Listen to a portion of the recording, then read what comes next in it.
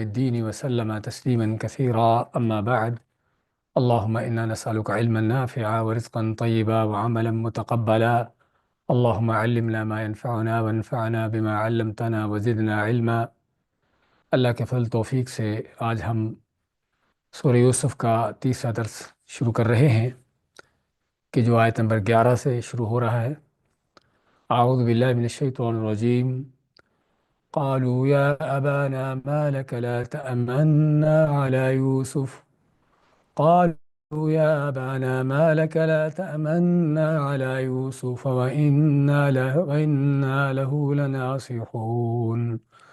أرسله معنا غدا يرتع ويلعب وإنا له لحافظون قال إني ليحزنني أن تذهبوا به وأخاف أن يأكله الذئب وأنتم عنه غافلون قالوا لئن أكله الذئب ونحن عصبة إنا إذا لخاسرون فلما ذهبوا به وأجمعوا أن يجعلوه في غيابة الجب وأوحينا إليه لتنبئنهم بأمرهم هذا وهم لا يشعرون وجاءوا أباهم عشاء يبكون قالوا يا أبانا إنا ذهبنا نستبق وتركنا يوسف عند متاعنا فأكله الذئب وما أنت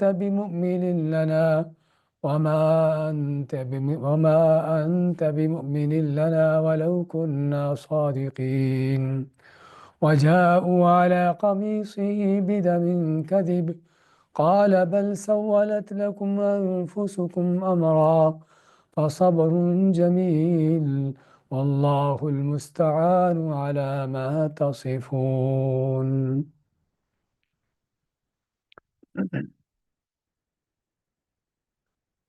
قالوا یا ابانا، کہا یعقوب علیہ السلام کے بیٹوں نے، یوسف علیہ السلام کے بھائیوں نے، یا ابانا، اے ہمارے ابا جان،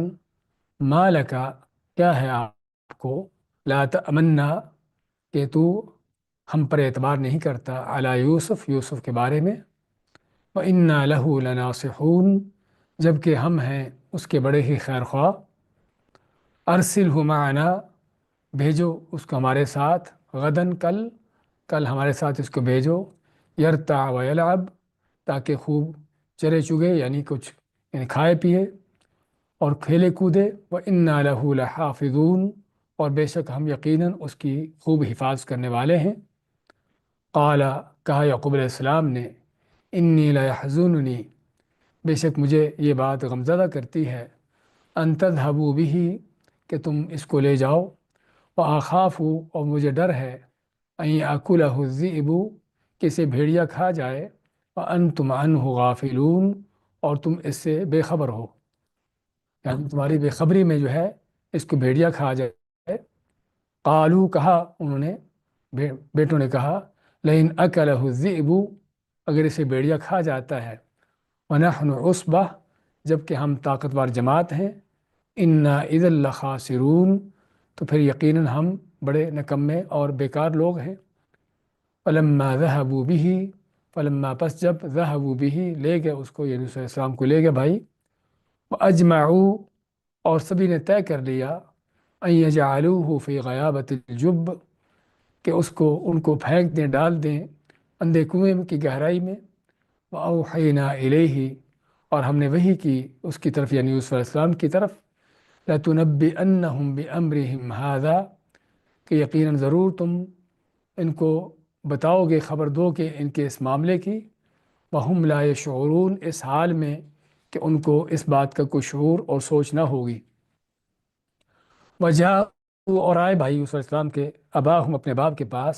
عشاءً، رات کے اندھیرے میں، یبکون، روتے ہوئے۔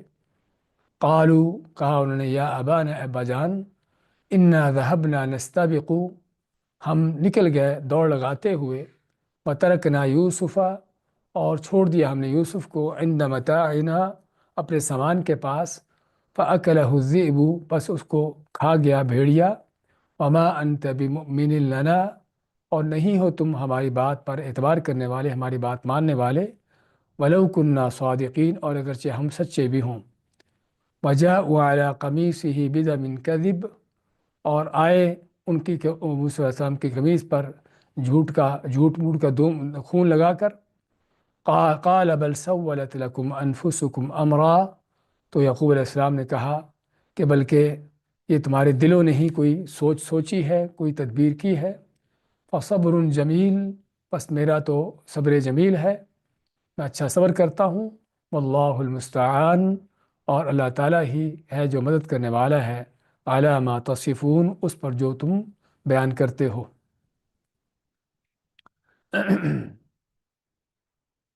سورہ یوسف کی آیت نمبر 11 سے 18 تک کی تلاوت اور ترجمہ پیش کیا گیا ہے۔ فرماتا اللہ تعالیٰ، قالوا یا آبانا ما لک لا تأمنا علی یوسف، کہا بیٹوں نے، یوسف علیہ السلام کے بھائیوں نے، کہ ابا جان کیا وجہ ہے کہ تو ہم پر اعتبار نہیں کرتا یوسف علیہ السلام کے حوالے سے، ان کے بارے میں۔ ہم نے ذکر کیا تھا سابقہ آیات میں کہ یوسف علیہ السلام نے خواب دیکھا اور باپ کو سنایا، اور باپ نے ان کو اس چیز سے روکا کہ بھائیوں کو یہ خواب نہ سنائیں، کیونکہ بھائیوں کے بارے میں جانتے تھے کہ ان کا کیا حسد اور بغض ہے یوسف علیہ السلام کے حوالے سے۔ تو چنانچہ بھائی جو ہیں چاہتے ہیں یوسف علیہ السلام کو جو ہے باپ کی آنکھوں سے دور کرنا، تاکہ باپ کی ساری محبتیں اور ان کی ساری ہر طرح کی توجہیں اپنی طرف سمیٹ لیں۔ اس کے لیے ان کی سازش کیا کی کہ ان کو قتل کیا جائے، یا کسی زمین میں ان کو پھینک دیا جائے تاکہ گم ہو جائیں۔ لیکن ان میں سے ایک نے مشورہ دیا کہ ان کو قتل نہ کیا جائے، لیکن کسی اندھے کنویں میں ڈال دیا جائے تاکہ کوئی قافلے والے ان کو اٹھا کر لے جائیں، اور اس طرح سے ہم قتل کے جرم سے بھی بچ جائیں اور یوسف ہماری باپ کی آنکھوں سے بھی دور ہو جائے۔ تو چنانچہ اسی مشورے کے مطابق اب کیا ہے، یوسف علیہ السلام کو باپ سے لے جانا چاہتے ہیں۔ اب باپ سے لے جانا بھی ان کے لیے ایک بڑا مسئلہ تھا، کیونکہ یعقوب علیہ السلام جانتے تھے کہ یوسف علیہ السلام کے بھائیوں کا یوسف علیہ السلام کے ساتھ معاملہ کیسا ہے، اور اسی لیے وہ ہر وقت ان کے بارے میں اسی خدشے میں رہتے تھے کہ اس کو کہیں کوئی نقصان نہ پہنچائیں۔ تو چنانچہ اب ہم دیکھتے ہیں ان آیتوں کے الفاظ میں کہ یوسف علیہ السلام کے بھائیوں نے یوسف علیہ السلام کو لے جانے کے لیے کیا کچھ ہتھ کنڈے استعمال کیے، کیا چاپلوسی کا انداز اختیار کیا۔ تو یہاں پر ہمیں ملتا ہے یا آبانا کا لفظ، کہ ہمارے ابا جان، یعنی بہت ایک پیار کا، محبت کا انداز اور بڑا احترام کا انداز، اور پھر یہ ان کا کہنا کہ لا ما لک لا تأمنا علی یوسف، کہ کیا وجہ ہے کہ تو ہمارے اوپر اعتبار نہیں کرتا یوسف علیہ السلام کے بارے میں، ان کی یہ دھوس مچانا کہ ہم اس کے بھائی ہیں، کیسے تم ان کے بارے میں ہمارے اوپر اعتبار نہیں کرتے، ہم اس کو کیا اس کے بارے میں کوئی غلط خیال رکھتے ہیں کہ ہمارے دل میں اس کے بارے میں کوئی ایسی بات ہے، یعنی جیسے کہ باپ کے اوپر الزام دھر رہے ہوں کہ تو ہمارے اوپر جو اعتبار نہیں کرتا یہ تیرا قصور ہے۔ اِنَّا لَهُ لَنَاصِحُونَ، تیسری بات کیا کہتے ہیں کہ بے شک ہم تو اس کے بڑے خیر خواہ ہیں۔ وَإِنَّا لَهُ لَنَاصِحُونَ کے اندر تاکیدیں طرح طرح کی، انا کی تاکید اور لام کی تاکید لناصحون کے اندر، کہ ہم یقیناً اس کے بڑے ہی خیر خواہ ہیں۔ تو اس طریقے سے جو ہے پہلے تو باپ کو مخاطب کرتے ہوئے ان کا انداز، پھر مزید اور جو ادھر بہانے پیش کرتے ہیں، ارسلہ معنا غدا یرتع ویلعب، کہ اس کو بھیجو ہمارے ساتھ کل، یرتع ویلعب، کس لیے؟ تاکہ یرتع ہوتا ہے کسی کا چرنا چگنا، اور عام طور پر یہ جانوروں کا کام ہوتا ہے، لیکن انسان بعض اوقات کوئی درختوں سے پھل وغیرہ توڑتا ہے، کوئی اس طرح کی چیزیں کھاتا پیتا ہے، تو اس کو بھی یرتع کا لفظ دیا جاتا ہے کہ اس کو بھیجو کل ہمارے ساتھ تاکہ چرے چگے، ویلعب، اور کھیل کود کرے، انا لہ حافظون، اور بے شک ہم اس کے یقیناً ضرور محافظ ہوں گے۔ یہاں پر بھی وہی تاکید کا انداز، انا کے نون کے تاکید کے ساتھ اور لحافظون کے ساتھ لگا ہوا لام،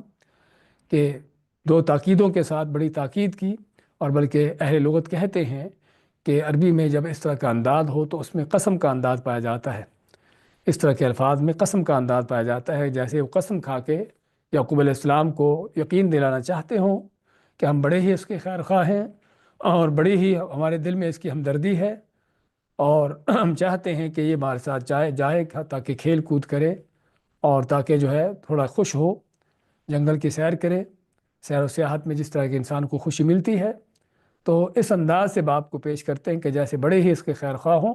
اور چاہتے ہوں کہ چلو باہر نکلے، کوئی سیر و تفریح کرے، اس کا دل خوش ہو اور وہاں کے جنگل کے پھل کھائے اور وہاں کے چشموں کے پانی پیے تاکہ، اور بے شک ہم اس کی خوب حفاظت کرنے والے ہیں۔ پھر سے تاکید کی کہ ہم بہت ہی اس کی نگہبانی کریں گے۔ تو یہ تھے ان کے انداز یوسف علیہ السلام کو لے جانے کے لیے، جو ان کے دوسرے الفاظ میں آپ کہہ لیجیے کہ ان کے ہتھ کنڈے، ان کی کوشش کہ باپ کو کس طرح سے ورغلائیں اور کس طرح سے باپ کو قائل کریں کہ یوسف علیہ السلام کو ان کے ساتھ بھیجنے پر تیار ہو جائے۔ تو آگے یعقوب علیہ السلام جواب دیتے ہیں، قال انی لیحزننی ان تذهبوا بہ، کہ مجھے لیحزننی،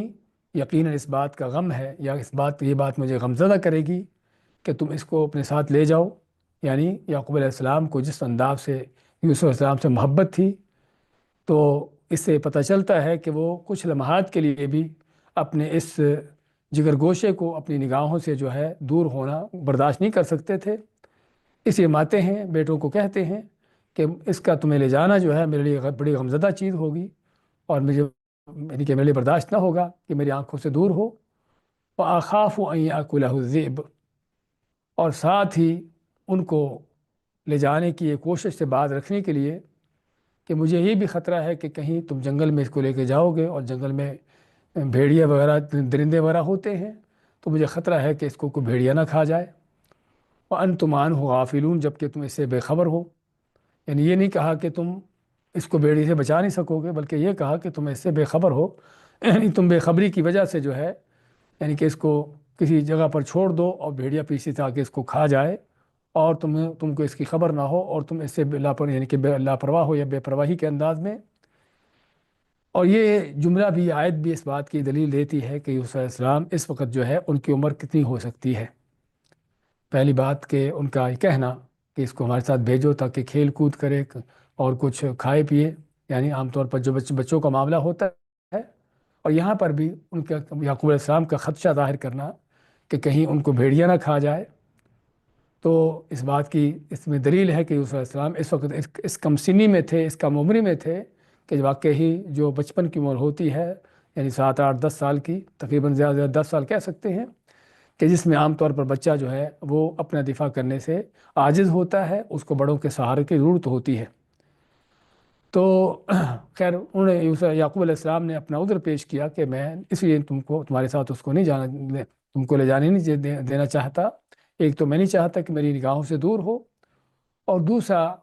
یہ کہ مجھے یہ بھی خطرہ ہے کہ کہیں اس کو بھیڑیا نہ کھا جائے اور تم اس سے بے خبر ہو، تمہاری بے خبری میں یہ کام ہو جائے۔ اور حقیقت بات یہ تھی کہ یہ لفظ جو یعقوب علیہ السلام کی زبان سے نکلا، بیٹوں نے اسی کو آگے چل کر بہانہ بنایا اور اسی کا ڈھونگ رچایا اور ڈرامہ رچایا، جس طرح کہ ہم آگے پڑھیں گے۔ لیکن یہاں پر کیا کہتے ہیں، دیکھیے، جب انسان کسی جرم کرنے پر تیار ہو چکا ہوتا ہے، شیطان دل دماغ پر مسلط ہو چکا ہوتا ہے، تو کیسے جو ہے طرح طرح کے عذر بھی اس کے کام نہیں، اس کو جو ہے اپنے جرم سے نہیں پھیر سکتے۔ یعقوب علیہ السلام بوڑھا باپ، اور باپ ہے، کوئی دوسرا شخص نہیں ہے، یعنی اس کی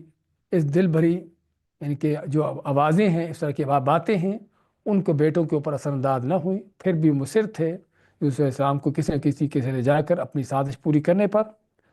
تو قالوا، کہا انہوں نے، لیکن اکلہ الذئب، کہ اگر اس کو بھیڑیا کھا جاتا ہے، ونحن عصبہ، جبکہ ہم، عصبہ کا لفظ ہم نے بیان کیا تھا سابقہ درس میں، کہ جو مضبوط جماعت ہو، عصب کے لفظ سے ہے جس کے معنی کسی چیز کو باندھنا مضبوط کر کے، تو اسی سے ہے کہ جب مضبوطی سے ایک دوسرے کے ساتھ بندھے ہونا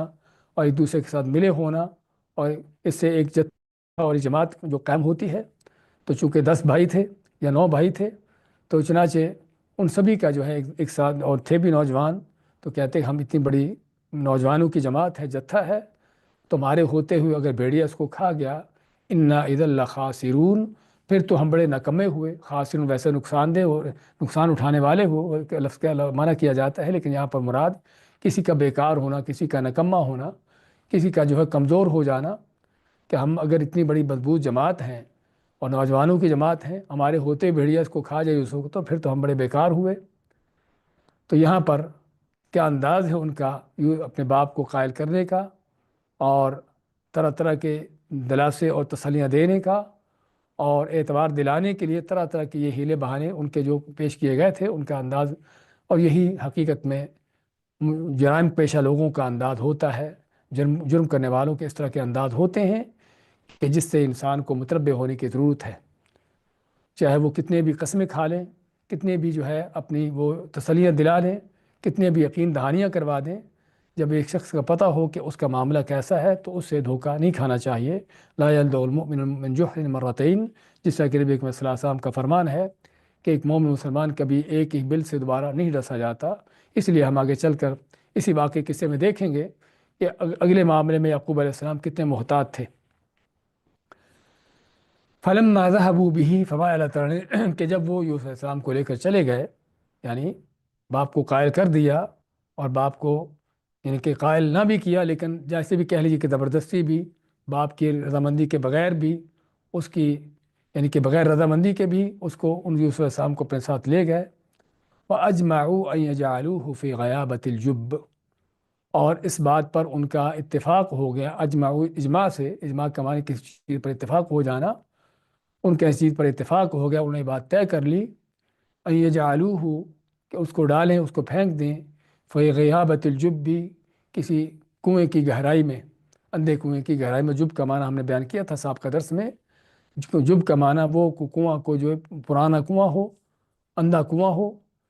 جو عام طور پر رستوں میں غیر بے آباد قسم کے کنویں ہوتے ہیں، تو اس طرح کے کسی کنویں میں اس کو ڈالنے کا ان کا ارادہ بن گیا، اس بات پر ان کا اتفاق ہو گیا۔ تو میں کہ جب وہ لے گئے اس کو اپنے ساتھ یوسف علیہ السلام کو، اور انہوں نے اس بات پر اتفاق کر لیا، اس بات پر سبھی متفق ہو گئے کہ اس کو جو ہے وہ کسی اندھے کنویں کے گہرائی میں اس کو پھینک دیں۔ تو اس وقت پھر اللہ تعالیٰ میں کہ ہم نے کیا کیا، اور یہاں پر ہم دیکھتے ہیں قرآن کا انداز کہ قرآن نے اس واقعے میں یہاں پر اس بات کو چھوڑ دیا کہ جب وہ یوسف علیہ السلام کو لے کر گھر سے نکلے اور کنویں تک پہنچے جہاں پر انہوں نے پھینکنا تھا، جس میں اس کو پھینکنا تھا، اس کو کس انداز سے اس کو لے کر گئے، اور کنویں میں پھینکتے ہوئے کیا انداز تھا، کیا طریقہ تھا ان کا، اور آگے اسے یوسف علیہ السلام کا کیا کردار و انداز رہا۔ یہاں قرآن تو خاموش ہے، لیکن ہم بعض اسرائیلی روایات پڑھتے اور دیکھتے ہیں، لیکن اسرائیلی روایات اکثر و بیشتر وہ ہیں کہ جو بالکل سراسر اللہ تعالیٰ کے اس طرح کے برگزیدہ بندوں کی شان کے برخلاف ہیں۔ چنانچہ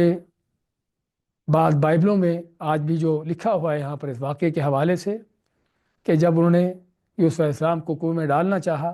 بھائیوں نے، تو یوسف علیہ السلام نے کس انداز سے منتیں سماجتیں کی، اور کس انداز سے بھائی جو ہے یوسف علیہ السلام کو مار پٹائی کرتے ہوئے گھر سے لے کر جاتے ہیں، اور یوسف علیہ السلام کو جب کنویں پھینکے جا رہے تھے تو کس کا چیخو پکار کرتے ہیں اور بھائیوں سے فریادیں کرتے ہیں۔ یعنی ایک وہی انداز نظر آتا ہے کہ جس طرح کسی عام بچے کا اس طرح کے موقع پر ہو سکتا ہے، نہ کہ کسی ایسی عظیم ہستی کا کہ جس کو اللہ تعالیٰ کل آگے چل کر اس سے بہت عظمتوں کے کام لینے والا ہے۔ یعنی بائبلوں کو اگر پڑھا جائے، یہود و نصارہ کی کتابوں کو دیکھا جائے، تو پتہ چلتا ہے کہ واقعی ہی اللہ رب العالمین کا کلام اور اس طرح کے جو خود ساختہ من گھڑت کتابیں ہیں، وہاں لوگوں کی لکھی ہوئی باتوں میں کتنا بڑا فرق ہے، کہ اللہ کے کلام کے اندر یہاں پر کوئی ایسی بات ہم کو نظر نہیں آتی کہ یوسف علیہ السلام وہاں پر کوئی چیخیں چلائے ہوں، انہوں نے بھائیوں سے فریادیں کی ہوں کہ جب ان کو کنویں میں پھینکا جا رہا تھا۔ ہاں کوئی شک نہیں کہ بھائیوں نے ان کے ساتھ بدتمیزی اور بدسلوکی کے جو معاملات کیے ہوں گے، کوئی شک نہیں اس میں تو، لیکن یوسف علیہ السلام کے حوالے سے ایسی باتوں کا تصور کرنا کہ بھائیوں کے سامنے فریادیں کی انہوں نے، ایسی چیزیں ہونا ایک دور کی بات ہے۔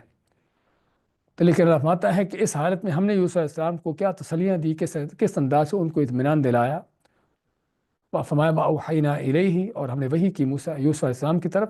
وحی کی یوسف علیہ السلام کی طرف، لَتُنَبِّئَنَّهُمْ بِأَمْرِهِمْ هَذَا، لام اور نون دونوں، پہلا نون جو ہے اور دوسرا نون بھی دوسرا نون جو شد والا نون ہے تاکید کے لیے ہے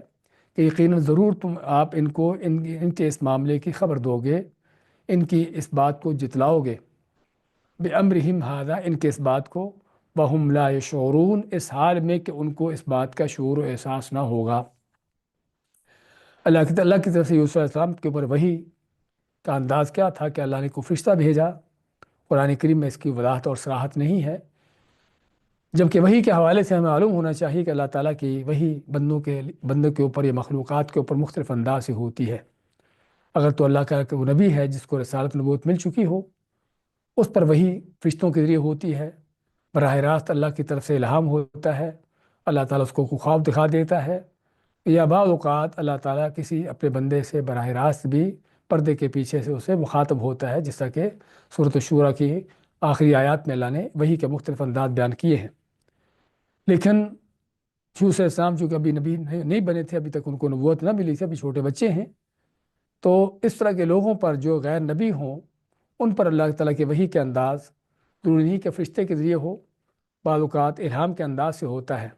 کہ اللہ تعالیٰ اس کے دل میں کوئی بات ڈال دیتا ہے، اس کے ذہن میں کوئی بات ڈال دیتا ہے کہ تیرے ساتھ ایسا ہونے والا ہے اور ایسا ہوگا، اور جس پر اس کو یقین ہوتا ہے کہ واقعی ہی میرے ساتھ ایسا ہو کے رہے گا، تو یہ وہ الہام کا انداز کہ جو وحی ہی شمار کیا جاتا ہے۔ تو یہاں پر ہمارے پاس اس بات کی تفصیلات قرآن و حدیث نہیں ہیں کہ یوسف علیہ السلام کے اوپر وحی کا انداز کیا تھا، لیکن جو یوسف علیہ السلام چونکہ ابھی تک ان کو نبوت نہ ملی تھی، اس لیے زیادہ امکان یہی ہے کہ اللہ تعالیٰ نے ان کے دل میں یہ بات ڈالی اور ان کو اس بات کی تسلی دے دی کہ تم ابھی تو کنویں میں پھینکے جا رہے ہو، لیکن تم کو یہاں سے بچنا ہے اور تم یہاں سے نکلو گے، اور ایک سفر طے کرنے کے بعد، کچھ منزلیں طے کرنے کے بعد تم کو آخر میں جو ہے وہ یعنی کہ ایسے مقام تک پہنچنا ہے کہ جس پر دنیا والے تم پرش کریں، اور یہ تمہارے بھائی ہی جو تمہارے ساتھ یہ ظلم کر رہے ہیں ایک دن آئے گا جب تمہارے سامنے بھیک مانگنے کے ہاتھ پھیلائے ہوں گے۔ اور یہاں پر یہ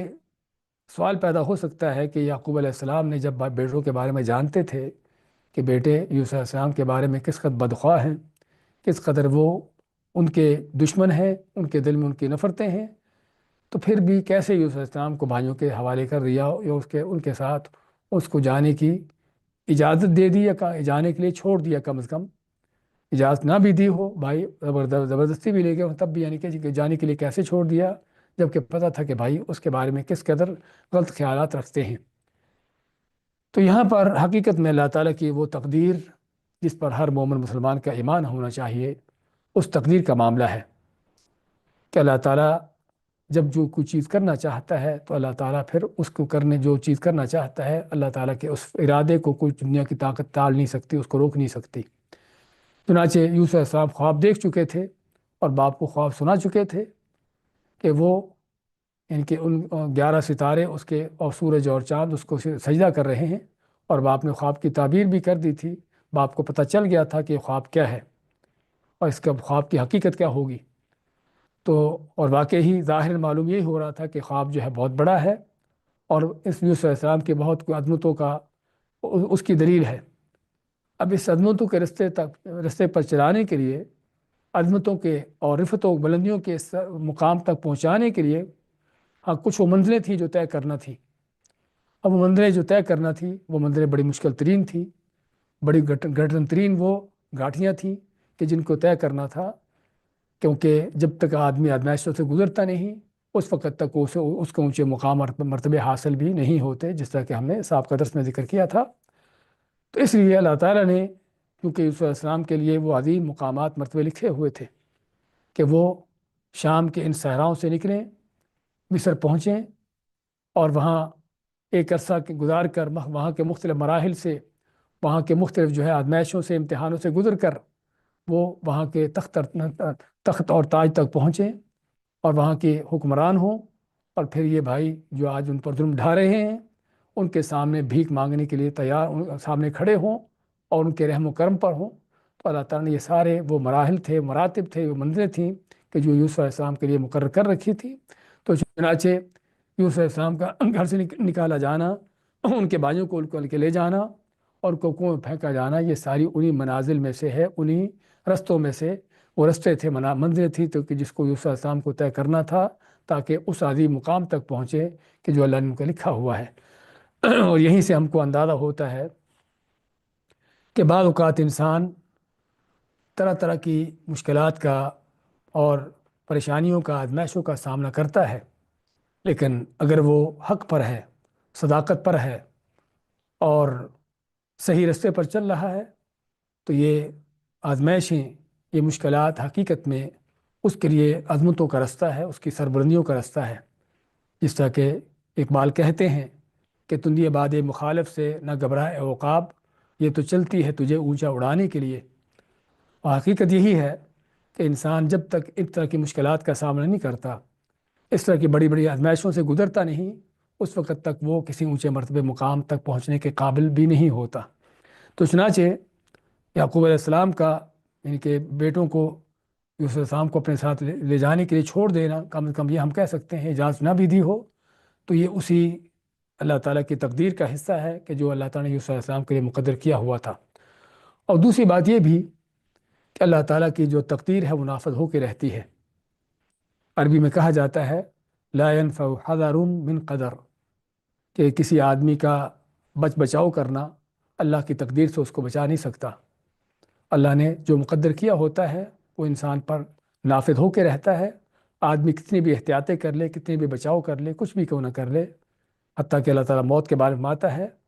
کہ موت تم کو آ کے رہے گی، وَلَوْ كُنْتُمْ فِي بُرُوجٍ مُشَيَّدَةٍ، اگرچہ تم بڑے مضبوط ترین قلعوں میں پہ اپنے آپ کو بند کر لو تو وہاں بھی تم کو موت آ کے رہے گی۔ کہنے کا مقصد یہ ہے کہ یہ ہے بلندیوں کا رستہ، کہ جس تک پہنچنے کے لیے وہ ریشمی قالین نہیں ہوتے، کوئی پھولوں کی سیج نہیں ہوتی، بلکہ کانٹوں کے اور یہ رستے ہوتے ہیں جہاں سے گزرنا پڑتا ہے۔ فرمایا فلما ذهبوا به واجمعوا ان يجعلوه في غيابة الجب، جب اس کو یوسف علیہ السلام کو لے گئے اور ان کا سبھی کا اتفاق ہو گیا کہ یوسف کو کنویں کی گہرائی میں پھینک دیں۔ وأوحينا إليه لتنبئنهم بأمرهم هذا، اس وقت اللہ تعالیٰ کی نصرت الہی، اللہ کی حفاظت، اللہ کی عنایت کہ جو اپنے اللہ کے خاص بندوں کے لیے خصوصی طور پر ہوتی ہے، ہاں وہ ہم دیکھتے ہیں کہ اللہ کی عنایت کیا تھی اپنے اس بندے کے ساتھ، یوسف علیہ السلام کے ساتھ، کہ اس حالت میں جب بھائی اس کو کنویں میں پھینک کر اپنی نظروں سے، باپ کی نظروں سے دور کر رہے تھے اور اس معصوم بچے کے اوپر یہ ظلم ڈھا رہے تھے، اللہ ماتا ہے کہ ہماری تدبیریں کیا تھیں، ہم اس پر وحی کر کے، اس کو الہام کر کے، اس کو اس بات کی تسلی دے رہے تھے کہ نہ کہ صرف ہم تم کو بچا لیں گے، نہ کہ صرف تمہاری جان بچے گی، بلکہ تم ایسے رفتوں اور بلندیوں کے رستے پر چل رہے ہو، ایسے مقام تک پہنچو گے، لَتُنَبِّئَنَّهُم بِأَمْرِهِمْ هَذَا، ایک وقت آئے گا کہ تم انہی بھائیوں کو ان کے اس معاملے کی خبر جتلاؤ گے، بات جتلاؤ گے کہ تم نے میرے ساتھ کیا کیا تھا۔ ہم اس صورت کے آخر میں چل کر پڑھیں گے، کسی کے آخر میں، کہ یوسف علیہ السلام جب بھائیوں سے کہتے ہیں کہ میں یوسف ہوں اور یہ میرا بھائی بنیامین ہے، یعنی کہ اس کے بارے میں، اور تم کو پتہ ہے کہ تم نے میرے ساتھ کیا کیا تھا۔ ہاں اس وقت بھائیوں کی آنکھیں کھلتی ہیں کہ ہمارے مد مقابل تخت پر بیٹھا ہوا جو عظیم ایک شہنشاہی انداز سے حکم دے رہا ہے وہ کون ہے؟ یہ تو ان کا وہ بھائی ہے کہ جس کو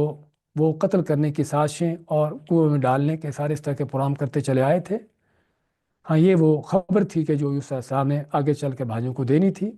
اور جس کی پیشین گوئی اللہ تعالیٰ ابھی سے ہی ان کو دے رہے ہیں کہ ایسا وقت آئے گا کہ جب تم ان بھائیوں کو اس بات کو جتلاؤ گے، بتاؤ گے کہ تم نے میرے ساتھ کیا کیا ہے۔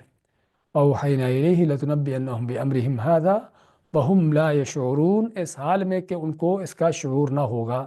یعنی جب تم ان کو بتاؤ گے کہ تم کون ہو اور میں کون ہوں، ان کو پتہ بھی نہ ہوگا کہ ہمارے سامنے تخت پر بیٹھی ہوئی ہستی کون ہے۔ ہاں واقعی اس وقت ان کی آنکھیں کھلتی ہیں جب یوسف علیہ السلام اپنا بتاتے ہیں کہ میں کون ہوں۔ اور اسی طرح بعض علماء کا کہنا ہے وہم لا یشعرون کے اندر اس کے معنی اور بھی ہو سکتے ہیں کہ یوسف علیہ السلام پر وحی نازل ہو رہی تھی، ان کو تسلی دلائی جا رہی تھی، اور یوسف کے بھائیوں کو پتہ نہیں تھا کہ ان کے ساتھ اللہ تعالیٰ، ان کا رب جو ہے کس انداز سے ان کی عنایت، ان کی حفاظت کر رہا ہے، ان کو اس بات کا شعور نہ تھا۔ اور یہ بھی معنی کیا جاتا ہے کہ آج بھی یہ بے سمجھ بوجھے ایسی حرکت کر رہے ہیں کہ کل ان کو اسی حرکت پر جو ہے ان کو جو ہے اس پر شرمندگی اور ندامت پیش آنے والی ہے۔ ان کو اس کے نتائج کا پتہ چلنے والا ہے۔ علی کل حال تو یہ معنی وہم لا یشعرون کہ ان کو اس بات کا شعور احساس بھی نہ ہوگا کہ ان کے ساتھ کیا ہونے والا ہے۔ وجاءوا اباهم عشاء یبکون، اب یوسف علیہ السلام کو کنویں میں پھینک دیا اور اب آتے ہیں باپ کے پاس، لیکن باپ کے پاس کب آتے ہیں؟ عشاء یبکون، عشاء کے معنی کہ رات کا اندھیرا جب چھا جائے، رات کا اندھیرا جب چھا جائے اس وقت کو عشاء کا نام دیا جاتا ہے، اسی لیے عشاء کی نماز اندھیرا جب چھا جانے کے بعد ہوتی ہے۔ تو اندھیرا چھا جانے کے بعد باپ کے پاس آئے، لیکن آئے کیسے؟ یبکون، روتے ہوئے، روتے ہوئے آپ باپ کے پاس آئے، خود ہی یوسف کو کنویں میں پھینکا، خود ہی یہ ساری سازشیں کی، خود ہی یہ ساری ان کے جو کرتوت تھے انہوں نے کیے، اور اب جو ہے باپ کے پاس آتے رات کے اندھیرے میں روتے ہوئے۔ اس میں دو چیزیں ہیں، ایک تو یہ کہ رات کے اندھیرے میں کیوں آئے، دن کے وقت کیوں نہ آئے؟ حقیقت یہ ہے کہ انسان اپنے چہرے مورے سے، اپنے خد و خال سے پہچانا جاتا ہے، اور بہت سے وہ لوگ ہیں کہ جو دوسرے کے چہروں کو پڑھ لیتے ہیں،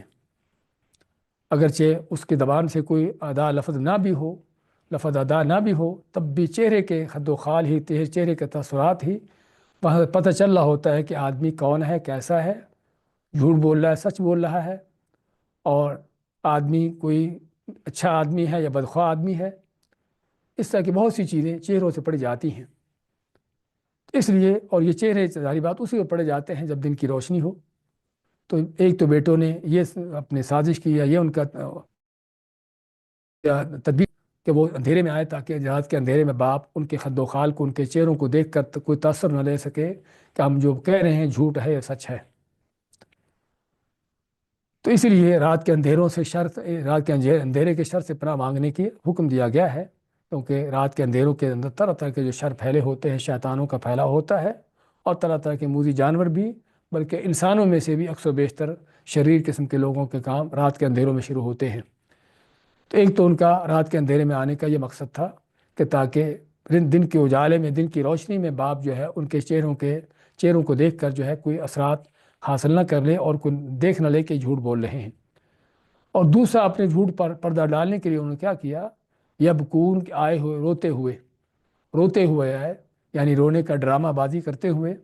یا نہ، ورنہ رونے کا کوئی تو کیا بنتا ہے کہ خود ہی بھائی کو کنویں میں ڈالا، پھینکا، اور بلکہ اس کو قتل کرنے تک کی سازشیں کر رہے تھے، تو اب رونے کا اس میں کسی طرح کا کوئی دور تک کوئی تصور نہیں ہے، لیکن یہ رونے کے ڈرامہ بازیاں ہوتی ہیں۔ اس لیے بعض علماء کا کہنا ہے کہ یوسف علیہ السلام کے بھائیوں کے رونے کا یہ واقعہ پڑھنے کے بعد مجھے کسی رونے والے کے اوپر اعتبار نہیں ہوتا کہ اس کا رونا کیا ہے، اس کے رونے کی حقیقت کیا ہو سکتی ہے۔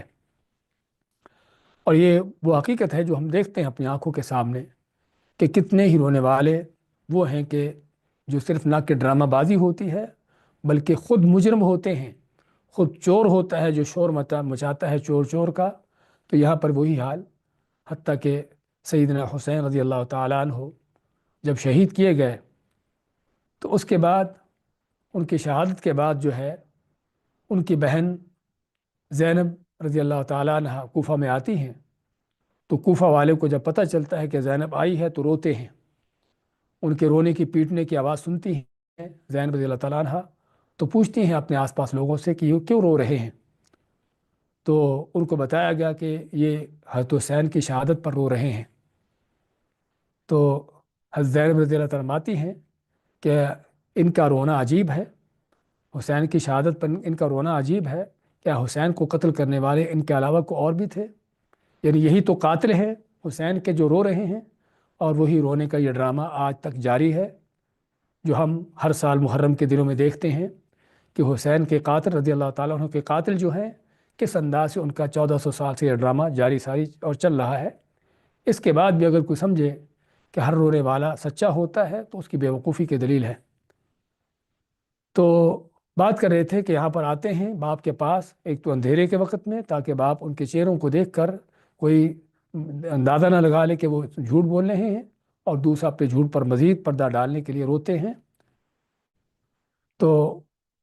فرمایا قالوا یا ابانا انا ذهبنا نستبق وتركنا یوسف عند متاعنا، ایک تو ان کی حالت ایسی کہ اپنے آپ کو اس انداز سے بڑے مظلوم انداز سے پلاتے ہیں،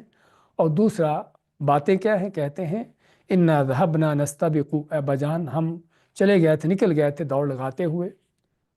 یعنی جس طرح کہ ایک دوسرے کے ساتھ دوڑ لگاتے ہیں، اور استباق کا لفظ آتا ہے ایک دوسرے سے آگے نکلنے میں، دوڑ لگانے میں، وہ چاہے پاؤں پر دوڑ لگائیں یا گھوڑوں کی دوڑ ہو اس میں یا کسی اور چیز کی دوڑ میں، تو اس کو استباق کا لفظ دیا جاتا ہے۔ سبق بھی اسی سے لفظ ہے کہ جس میں ایک دوسرے سے آگے بڑھنا ہو۔ تو انہوں نے کہا کہ ہم ایک دوسرے کے ساتھ دوڑ لگاتے ہوئے آگے بڑھتے ہوئے دور نکل گئے کہیں، فَتَرَكْنَا يُوسُفَ عِنْدَ مَتَاعِنَا، اب ڈرامہ کیا انہوں نے رچایا؟ یہ رچایا کہ ہم تو دوڑ لگاتے ہوئے دور نکل گئے تھے اور یوسف کو ہم نے اپنے سامان کے پاس چھوڑ دیا، چونکہ بچہ تھا اپنے ساتھ ہمارے ساتھ دوڑ تو نہیں سکتا تھا، تو اس کو سامان کے پاس بٹھا دیا۔ فَأَكَلَهُ الذِّئْبُ، تو اس کو بھیڑیا کھا گیا، اس کو بھیڑیا کھا گیا۔ وَمَا أَنْتَ بِمُؤْمِنٍ لَنَا وَلَوْ كُنَّا صَادِقِينَ،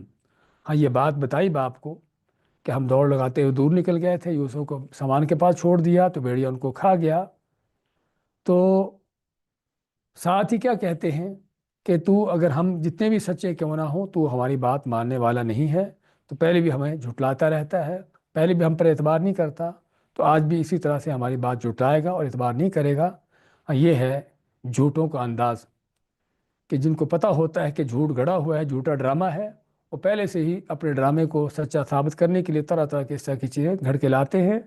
کہ تاکہ اگلے کو اطمینان دلائیں، تسلی دیں کہ واقعی وہ کتنا سچا ہے۔ لیکن اس طرح کے جھوٹوں کی ان کے جھوٹ جو ہے وہ کھلے ہوتے ہیں، سامنے ہوتے ہیں، کیونکہ یعقوب علیہ السلام دیکھ رہے تھے بیٹوں کی اس خبر کو کہ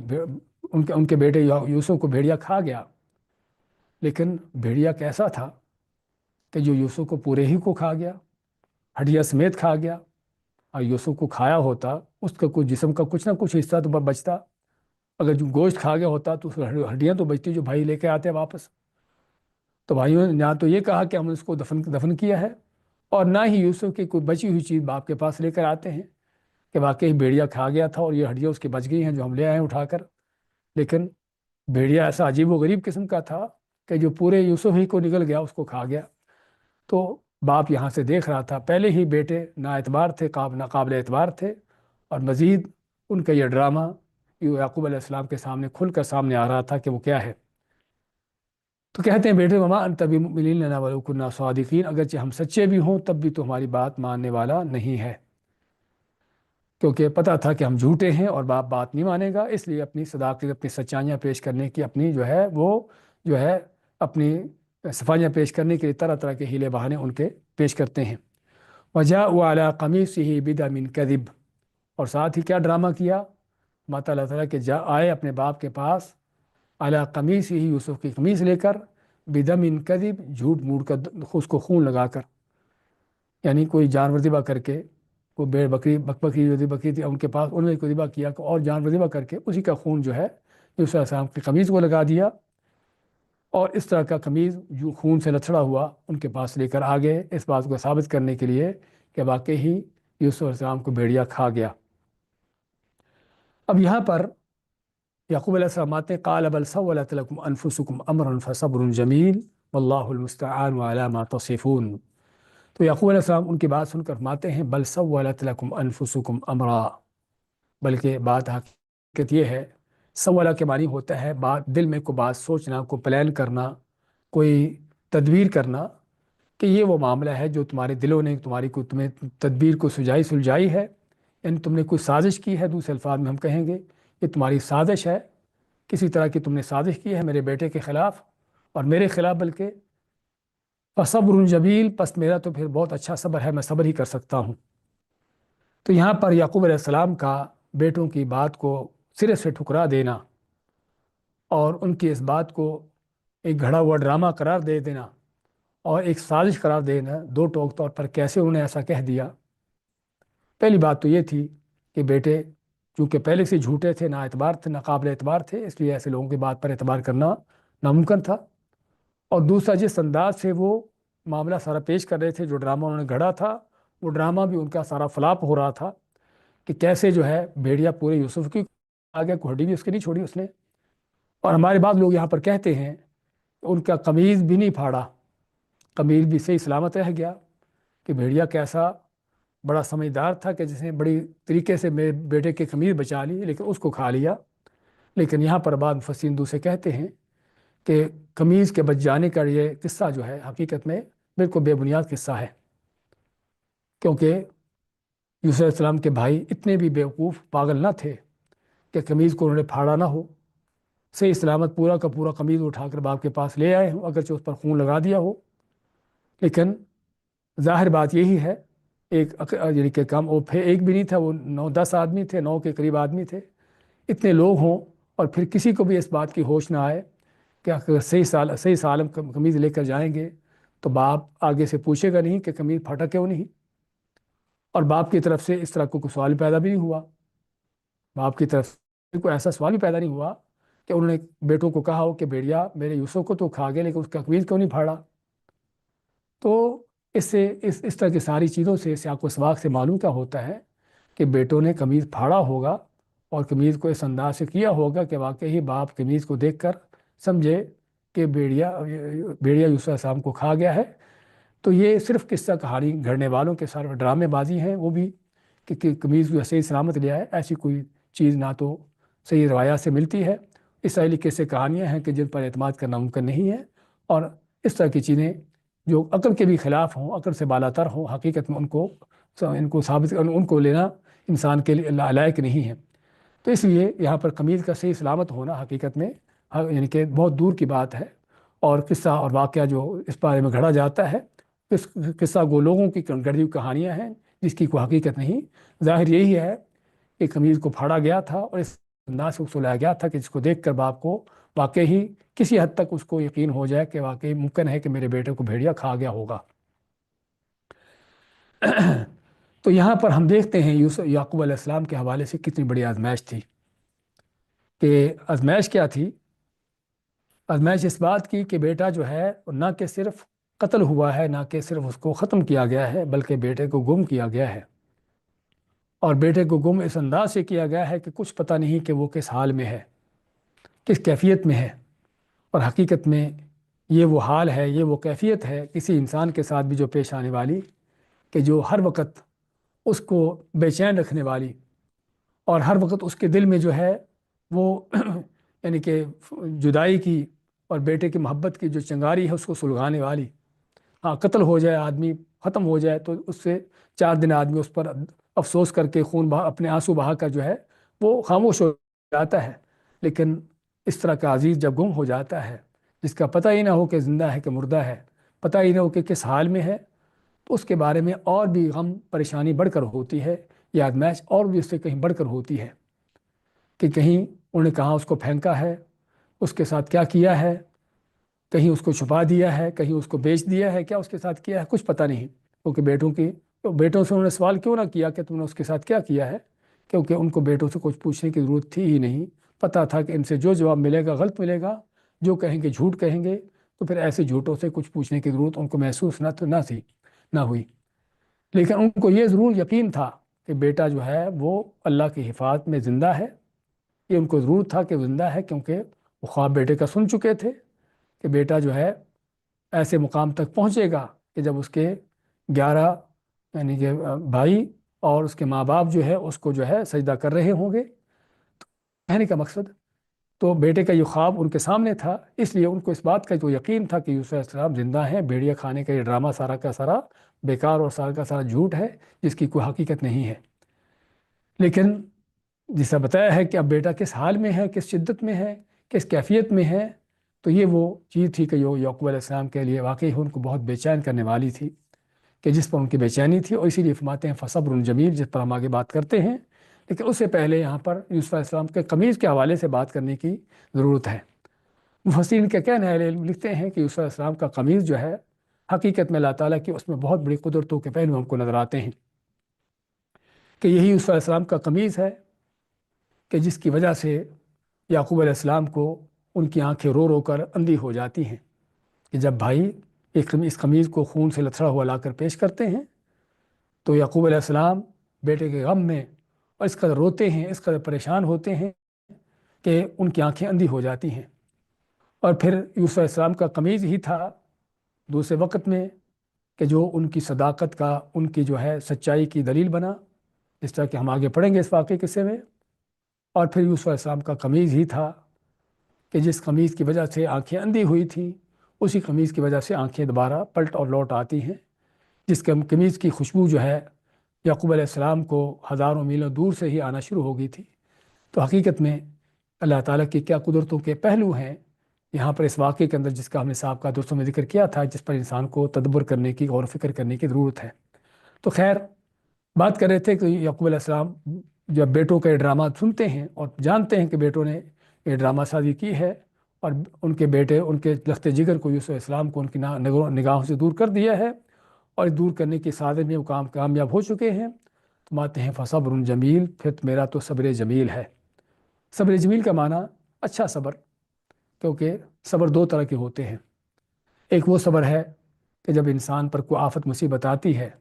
کوئی تکلیف سے دوچار ہوتا ہے، کوئی غم پریشانی اس پر لاحق ہوتی ہے، اسی وقت وہ صبر کا دامن پکڑتا ہے اور صبر سے کام لیتا ہے، واویلا نہیں کرتا، شور نہیں مچاتا، رونا پیٹنا، گلے پھاڑنے کے کام نہیں کرتا۔ ہاں، یہ ہے وہ جو صبر جمیل ہے کہ اللہ تعالیٰ کی تقدیر پر راضی ہوتے ہوئے، اس پر ایمان رکھتے ہوئے، اللہ تعالیٰ کی جو لکھا ہوا ہے اس پر راضی رہتے ہوئے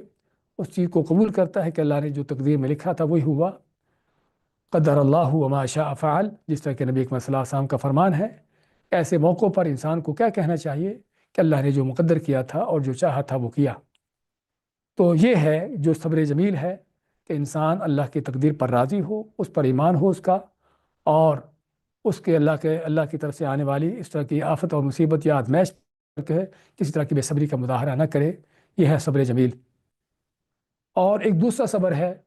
وہ بھی صبر ہوتا ہے لیکن صبر جمیل نہیں، بلکہ وہ صبر قوی ہے، برا صبر ہے۔ صبر ہوتا ہی نہیں حقیقت میں، لیکن لوگ اس کو صبر سمجھتے ہیں۔ وہ کیا ہے کہ کسی پر کوئی آفت مصیبت آئے، کوئی تکلیف سے دوچار ہو، کوئی معاملہ درپیش آ جائے، کوئی فوت کی ہو جائے، کوئی اس طرح کا معاملہ، تو خوب رونا دھونا کر کے جب آنکھوں کے آنسو خشک ہو جائیں اور دل کا غبار سارا نکل جائے اور مزید رونے کی کوئی گنجائش باقی نہ رہے، تو پھر کیا کہتے ہیں، میرا تو پھر صبر ہی ہے۔ ہاں، یہ صبر بھی لوگوں کے صبر کہا جاتا ہے، لیکن یہ صبر نہیں، یہ حقیقت میں یہ بے صبری کا انداز ہے اور جزا فضا کا انداز ہے، نہ کہ صبر ہے۔ اسی صبر کے حوالے سے ہی جو دوسرے طرح کا صبر ہے، بے صبری حقیقت میں، اس حوالے سے صحیح بخاری کی حدیث ہے، نبی اکرم صلی اللہ علیہ وسلم ایک قبر کے پاس سے گزرے تو وہاں پر ایک عورت بیٹھی رو رہی تھی۔ صحیح مسلم کی حدیث میں عورت بیٹھی رو رہی تھی، تو آپ نے اس کو کہا اتق اللہ وصبری، اللہ سے ڈرو اور صبر کرو۔ تو اس عورت نے آپ کو پہچانا نہیں کہ آپ کون ہیں، تو کہنے لگی وما تبالی بھی مصیبت، کہ تمہیں کیا پتہ کہ میری مصیبت کیا ہے، کہ مجھے کس قدر مصیبت پہنچی ہے۔ تو آپ صرف اس کو چھوڑ کے چل دیے۔ تو لوگوں نے اس عورت کو کہا کہ یہ تو اللہ کے نبی صلی اللہ علیہ وسلم تھے۔ تو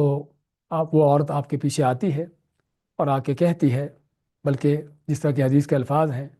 کہ آپ کے گھر آتی ہے اور کوئی گھر کے کوئی دربان نہ تھے، اور آ کے معذرت کرتی ہے، لم عارفک، کہتی ہے کہ میں آپ کو پہچانا نہیں تھا، تو میں اب صبر کرتی ہوں۔ اس نے کہا کہ میں اب صبر کرتی ہوں۔ آپ نے کیا فرمایا، انما الصبر عند الصدمۃ الاولی، کہ صبر تو اس وقت ہوتا ہے کہ جب پہلی بار صدمہ پہنچے، جب صدمہ پہنچتا ہے اس وقت صبر کرنا، یہ ہے جو صبر ہے۔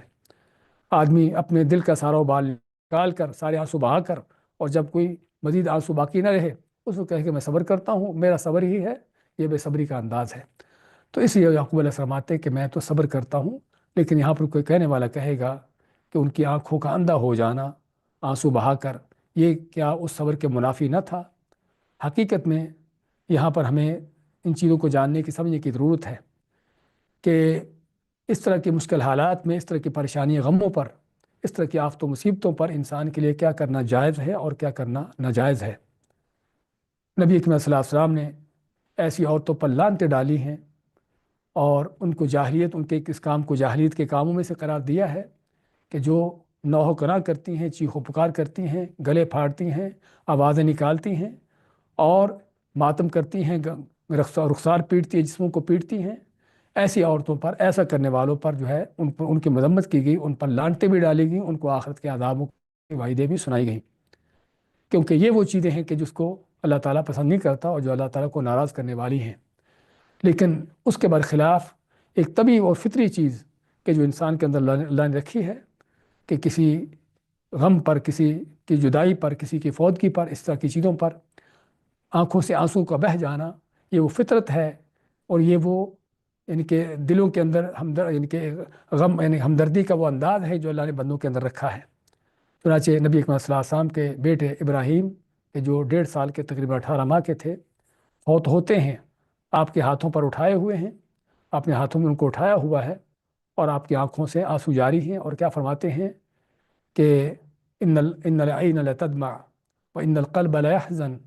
وان علی فراقک یا ابراہیم لمحزونون ولا نقول الا ما یرضی ربنا۔ فرماتے ہیں کہ اے ابراہیم، اپنے بیٹے کو یعنی جو فوت ہو چکا اس کو مخاطب کرتے ہوئے، یہ خطاب جو ہے کوئی خطاب کسی مردے کو پکارنے کا خطاب نہیں جس طرح کے بعض مشرکوں کا اس طرح کی باتوں کا پھیلانا ہے، بلکہ یہ خطاب ایک غم کا اظہار کرنے کا انداز ہے، افسوس کا اظہار کرنے کا انداز ہے، کہ جس طرح کے بعض اوقات کسی فوت شدہ کو اس طرح سے اس کو مخاطب کر کے کہا جاتا ہے۔ ماتے ہیں کہ ابراہیم، تیرے جدا ہونے پر ہمیں بڑا غم ہے، لیکن نہ تو ہم کو زبان سے بات نکالتے ہیں، بلکہ آنکھوں سے آنسو بہتے ہیں، دل غمزدہ ہے، لیکن زبان سے کوئی ایسی بات نہیں کہتے جو اللہ کو ناراض کرے، اور ہم تیری جدائی پر بڑے غمزدہ ہیں۔ حتیٰ کہ بعض صحابہ نے جب آپ سے کہا کہ اللہ کے نبی صلی اللہ علیہ وسلم آپ رو رہے ہو، تو آپ مانتے ہیں کہ یہ وہ فطرت ہے، یہ وہ ایک ہمدردی، اور یہ وہ یعنی کہ وہ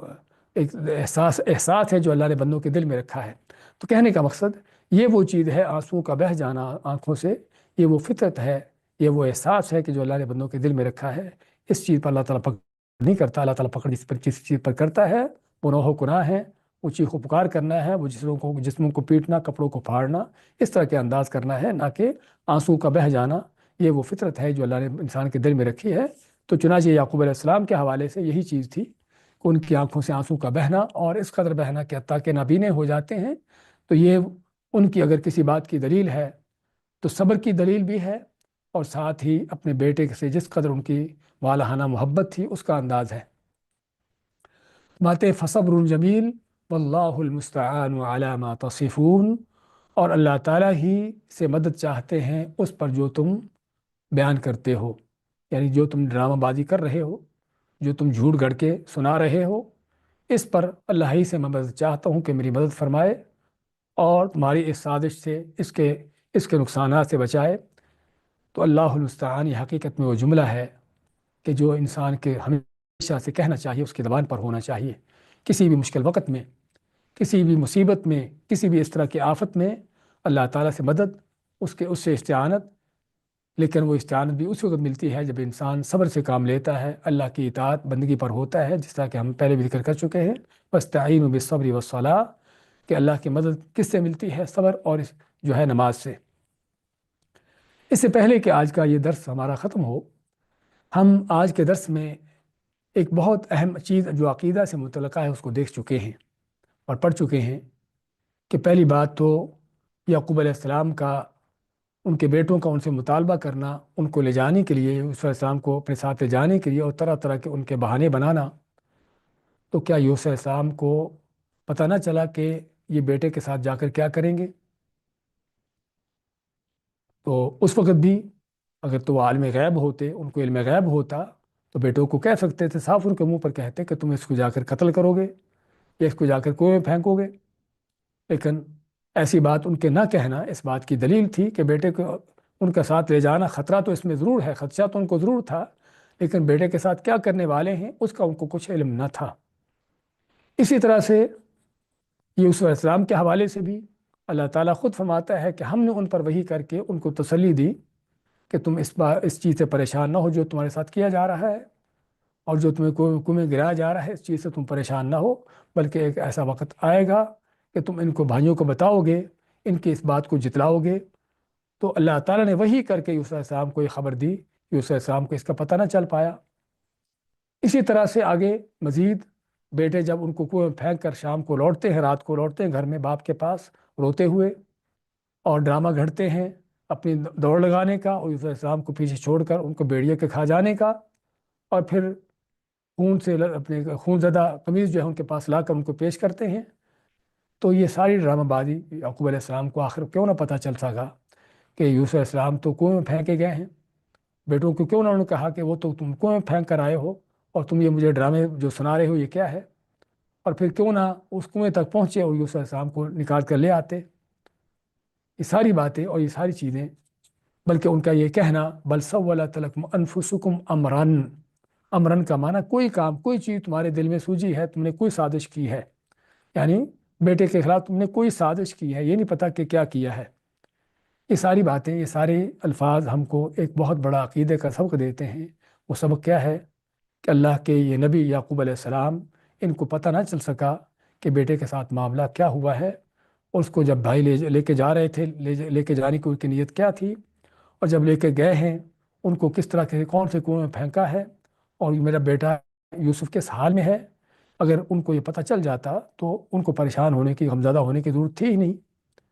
اور بیٹوں کو پہلے سے بلکہ کہنے کی ضرورت نہیں تھی کہ مجھے تمہارا اس کو لے جانا مجھے غمزدہ کرے گا۔ کہنے کا مقصد اس سے ہم کو کیا معلوم ہوتا ہے کہ اللہ کے نبیوں کو، اللہ کے ولیوں کو علم غیب نہیں ہے۔ اگر علم غیب ہے تو صرف اللہ کی ذات کو ہے، اگر علم غیب ہے تو صرف اللہ کی ذات کو ہے۔ قل لا يعلم من في السماوات والارض الغیب الا اللہ، کہہ دیجئے کہ آسمان و زمین میں اگر کوئی غیب کو جاننے والی ذات ہے تو صرف اللہ کی ذات ہے، جس طرح کہ سورۃ النمل 20 پارے کے شروع میں اللہ تعالیٰ اس کا بیان فرماتا ہے۔ لیکن ان ساری قصوں کے، ان ساری باتوں کے باوجود آپ دیکھو گے اسی واقعے کے اندر سے ہی بعض لوگوں نے کس طرح سے اللہ تعالیٰ کے بندوں کو، اللہ کے نبیوں ولیوں کو علم غیب ہونے کی دلیلیں ڈھونڈی ہیں کہ یعقوب علیہ السلام ابھی بیٹے مصر سے لے کر قمیض نکلے ہی تھے تو ان کو وہ شام میں اس کی خوشبو پہنچ گئی، تو اب شام میں اس کی خوشبو تو پہنچ گئی، لیکن چند ممکن میٹروں پر اور تھوڑے سے فاصلے پر کنویں میں ان کے یوسف کو پھینکا گیا ہے، اس کی خبر نہ مل سکی۔ یہ کس بات کی دلیل ہے؟ اس بات کی دلیل ہے کہ اللہ تعالیٰ اپنے انبیاء کو، اپنے رسولوں کو جس بات کی خبر دیتا ہے ان کو اسی کی خبر ہوتی ہے، جس غیب کی خبر ان کو دی جاتی ہے اس سے بڑھ کر ان کو غیب معلوم نہیں ہوتا۔ اور یہی حال نبی کریم صلی اللہ علیہ وسلم کا، بلکہ اللہ تعالیٰ کے تمام انبیاء رسولوں کا ہے کہ ان کو اللہ تعالیٰ جس حد تک وہ خبر دیتا ہے اور جس حد تک ان کو چیز بتاتا ہے ان کو اسی حد تک اس کی خبر ہوتی ہے۔ تو یعقوب علیہ السلام کو اس کی خبر تو ہوگی کہ میرے بیٹے یوسف کا قمیض جو ہے میری طرف آ رہا ہے، ابھی مصر سے قافلہ چلتا ہی ہے تو ان تک خوشبو پہنچ جاتی ہے، لیکن تھوڑے سے فاصلے پر کنویں میں ان کا خود بیٹا جو کنویں میں پھینکا جا چکا تھا اس کی خبر ان کو نہ ہو سکے مگر میرا بیٹا کس کنویں میں پڑا ہے۔ تو کس بات کی دلیل ہے؟ کہ اللہ تعالیٰ نے جس کی خبر ان کو دے دی اس کا پتہ چل گیا، اور جس کی خبر ان کو نہ دی اس کا ان کا علم نہ ہو سکا، جسے پتہ چلا کہ علم غیب اگر ان کو ہوتا تو ایسی چیزیں پیش نہ آتی۔ تو علی کل حال ہمیں ضرورت ہے قرآن کریم کی اس طرح کی آیات کو پڑھتے اور سنتے ہوئے، ان کا مطالعہ کرتے ہوئے اپنے عقائد کا جائزہ لینے کی کہ کہیں ہمارے عقیدے ان چیزوں کے خلاف تو نہیں ہیں۔ قرآن اور سنت جو ہمیں جن چیزوں کی تعلیمات دے رہی ہیں واقعی ہی ہم ان تعلیمات کے مطابق ہیں، اور کہیں ہمارے تصورات ان کے خلاف تو نہیں ہیں۔ اصل قرآن کا سب سے بڑا مقصد اس کے پڑھنے کا، اس کو سیکھنے کا، اس کو سمجھنے کا یہ ہے۔ بارک اللہ فیکم جزاکم اللہ خیر۔ پھر سے ہم دہراتے ہیں آج کا سبق۔ قالو، کہا بیٹوں نے، یا آبانا، ہمارے ابا جان، ما لک لا تأمنا علی یوسف، تو یہ کیا ہے کہ تو یوسف کے بارے میں ہم پر اعتبار نہیں کرتا، وَإِنَّا لَهُ لَنَاصِحُونَ، کہ جب کہ ہم تو یقین اس کے بڑے ہی خیر خواہ ہیں۔ أَرْسِلْهُ مَعَنَا غَدًا، اس کو بھیجو ہمارے ساتھ کل، يَرْتَعْ وَيَلْعَبْ، خوب چلے چگے اور کھیلے کودے، وَإِنَّا لَهُ لَحَافِظُونَ، اور ہم یقین اس کی خوب حفاظت کرنے والے ہیں۔ قال، کہا یعقوب علیہ السلام نے، انی لیحزننی، مجھے یہ چیز غمزدہ کرے گی، مجھے اس چیز کا غم ہوگا، ان تذهبوا به، کہ تم اس کو لے جاؤ، وأخاف، اور مجھے ڈر ہے، مجھے خدشہ ہے، ان یأکلہ الذئب، کہ اسے کوئی بھیڑیا کھا جائے، وانتم عنہ غافلون، اور تم اس سے بے خبر ہو۔ قالوا، کہا بیٹوں نے، لئن اکلہ الذئب، کہ اگر اس کو بھیڑیا کھا جاتا ہے، ونحن عصبہ، جب کہ ہم ایک مضبوط جتھا جماعت ہیں، انا اذا لخاسرون، پھر تو ہم بڑے بیکار اور نکمے ہوئے۔ فلما ذهبوا به، بس جب وہ اس کو لے کر چلے گئے، یعنی یوسف کو لے کر چلے گئے، وَأَجْمَعُوا، اور انہوں نے اس بات پر اتفاق کر لیا، یہ بات طے کر لی، أَن يَجْعَلُوهُ، کہ اس کو ڈال دیں، پھینک دیں، فی غیابت الجب، کسی کنویں کے یعنی کہ کسی اندھے کنویں کے اس کی گہرائی میں، فأوحینا الیہ، اور ہم نے وحی کی یوسف علیہ السلام کی طرف، لتنبئنہم بامرہم ھذا، کہ یقیناً ضرور تم ان کی یہ خبر بتاؤ گے، ان کی یہ بات ان کو جتلاؤ گے ایک وقت میں، وہم لا یشعرون، جب کہ ان کو اس کا شعور نہ ہوگا، وجاءوا اباہم، اور آئے یہ یوسف علیہ السلام کے بھائی آئے باپ کے پاس، عشاء، رات کے اندھیرے میں، یبکون، روتے ہوئے، قالوا، کہا، یا ابانا، کہ ابا جان ہمارے، انا ذهبنا نستبق، کہ ہم نکل گئے تھے دوڑ لگاتے ہوئے، وترکنا یوسف عند متاعنا، اور ہم نے چھوڑ دیا تھا یوسف کو اپنے سامان کے پاس، متاع کے معنی سامان، فاکلہ الذئب، بس اس کو بھیڑیا کھا گیا، وما انت بمؤمن لنا، اور نہیں ہے تمہاری بات ماننے والا، ولو كنا صادقین، اگرچہ ہم سچے بھی ہوں، وجاءوا علی قمیصہ بدم کذب، اور آئے اس کی قمیض پر جھوٹ موٹ کا خون لگا کر، قال، کہا یعقوب علیہ السلام نے، بل سولت لکم انفسکم امرا، بلکہ یہ وہ کوئی سازش ہے تمہارے دلوں نے جو کی ہے، تم نے خود اپنے آپ میں کوئی سازش کی ہے، فصبر جمیل، بس میں صبر جمیل کرتا ہوں، اچھا صبر کرتا ہوں، واللہ المستعان، اور اللہ تعالیٰ ہی سے مدد چاہتا ہوں، علی ما تصفون، کہ جس پر تم باتیں کرتے ہو بیان کرتے ہو۔ بارک اللہ فیکم وجزاکم اللہ خیر، وصلی اللہ وسلم علی نبینا محمد۔